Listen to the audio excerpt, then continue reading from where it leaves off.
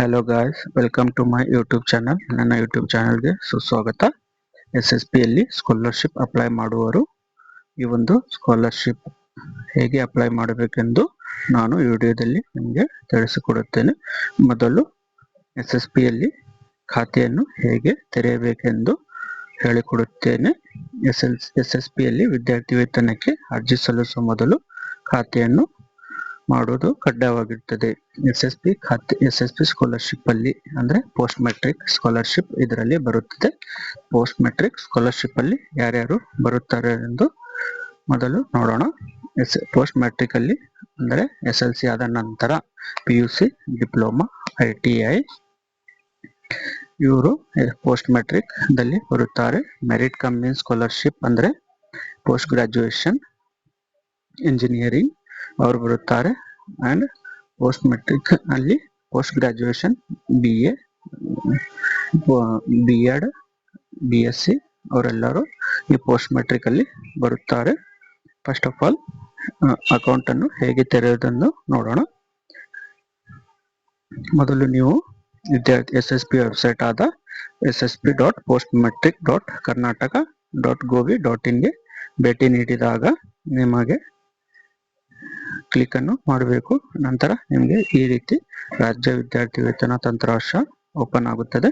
ಅದರಲ್ಲಿ ನೀವು first of all apply ಮಾಡುತ್ತಿದ್ದೀರಿ ಅಂದ್ರೆ ಹೊಸ ಖಾತೆ ಸೃಜಿಸಲು ಇಲ್ಲಿ ಕ್ಲಿಕ್ ಮಾಡಬೇಕು. ನಿಮ್ಮಲ್ಲಿ ಆಲ್ರೆಡಿ SSP ಅಕೌಂಟ್ ID ಇತ್ತಂದರೆ ನಂತರ ಬಲಗಡೆ ಇರೋ ಹಾಗೆ ಈಗಾಗಲೇ SSP ಖಾತೆಯಲ್ಲಿ ಸೃಜಿಸಿದಲ್ಲಿ ಮಾತ್ರ ಅನ್ವಯ ಇಲ್ಲಿ ಕ್ಲಿಕ್ ಮಾಡಿ ನೀವು ಅಪ್ಲೈ ಮಾಡಬಹುದು. ಇಲ್ಲ ಅಂದ್ರೆ ಹೊಸ ಖಾತೆಯನ್ನು ಇಲ್ಲಿ ಕ್ಲಿಕ್ ಮಾಡಿ ಅಂದಲ್ಲಿ ಅಲ್ಲಿ ಕ್ಲಿಕ್ ಮಾಡಿ ನೀವು ಮೊದಲು ಅಕೌಂಟ್ ಅನ್ನು ಕ್ರಿಯೇಟ್ ಮಾಡಬೇಕಾಗುತ್ತದೆ.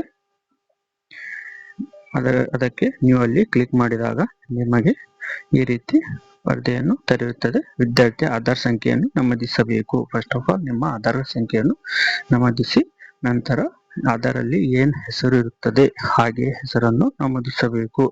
ನಂತರ ಜೆಂಡರ್, ಗಂಡು ಇದ್ದಲ್ಲಿ ಗಂಡು, ಫಿಮೇಲ್ ಅಂದ್ರೆ ಫಿಮೇಲ್ ಇದ್ದರೆ ಫಿಮೇಲ್ ಅನ್ನು ಕ್ಲಿಕ್ ಮಾಡಿ ನಂತರ ಕ್ಯಾಪ್ಚಾವನ್ನು ನಮೂದಿಸಬೇಕು. ಕ್ಯಾಪ್ಚಾ ನೋಡಬೇಕು, capital letter or small letter ಅಂತ ನೋಡಿ ಅದನ್ನು ನಮೂದಿಸಿ ನಂತರ ಮುಂದುವರಿಯಿರಿ. ಅದಾಗೋಣ ನಿಮಗೆ ವಿದ್ಯಾರ್ಥಿಯ ಕುಟುಂಬ ತಂತ್ರಾಂಶದಲ್ಲಿ ನೋಂದಣಿ ಮಾಡದೇ ಇದ್ದಲ್ಲಿ ತಮ್ಮ ತಂದೆ ತಾಯಿ ಪೋಷಕರ ಆಧಾರ್ ಸಂಖ್ಯೆ ಮತ್ತು ಆಧಾರ್ ನಲ್ಲಿರುವಂತೆ ಹೆಸರನ್ನು ನಮೂದಿಸಬೇಕು. ಅಂದರೆ ನಿಮ್ಮ ತಂದೆ ತಾಯಿ ಪೇರೆಂಟ್ ಡೀಟೇಲ್ಸ್ ಅನ್ನು ಇಲ್ಲಿ ಮಾಹಿತಿ ಕೊಡಬೇಕಾಗುತ್ತದೆ.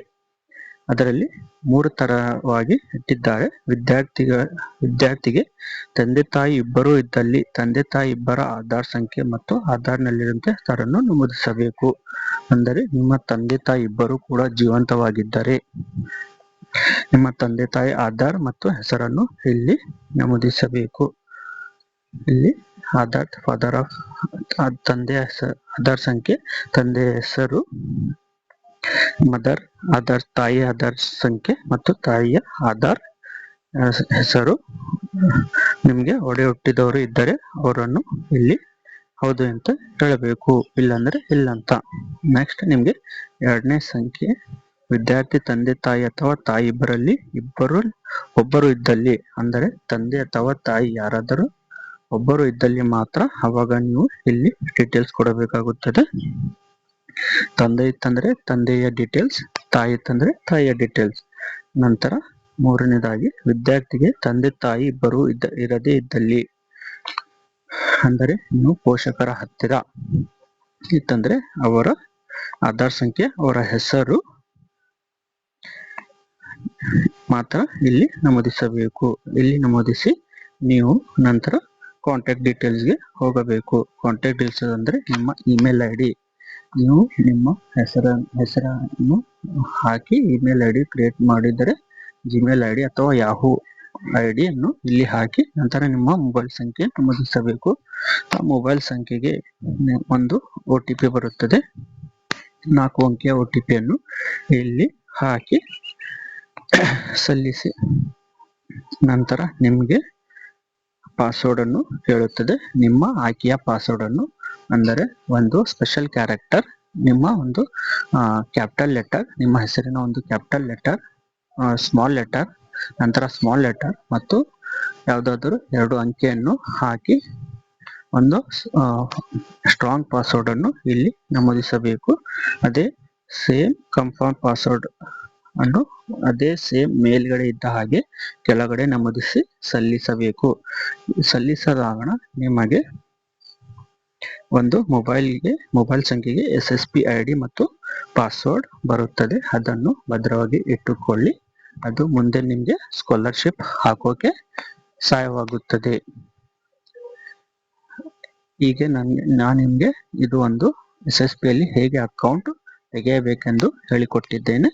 ನಂತರ ಮುಂದಿನ ಭಾಗದಲ್ಲಿ ನಾನು ನಿಮಗೆ ಸ್ಕಾಲರ್ಶಿಪ್ ಹಂತ ಹಂತವಾಗಿ ಹೇಗೆ ಹಾಕಬೇಕು ಅಂತ ನಿಮಗೆ ತಿಳಿಸಿಕೊಡುತ್ತೇನೆ.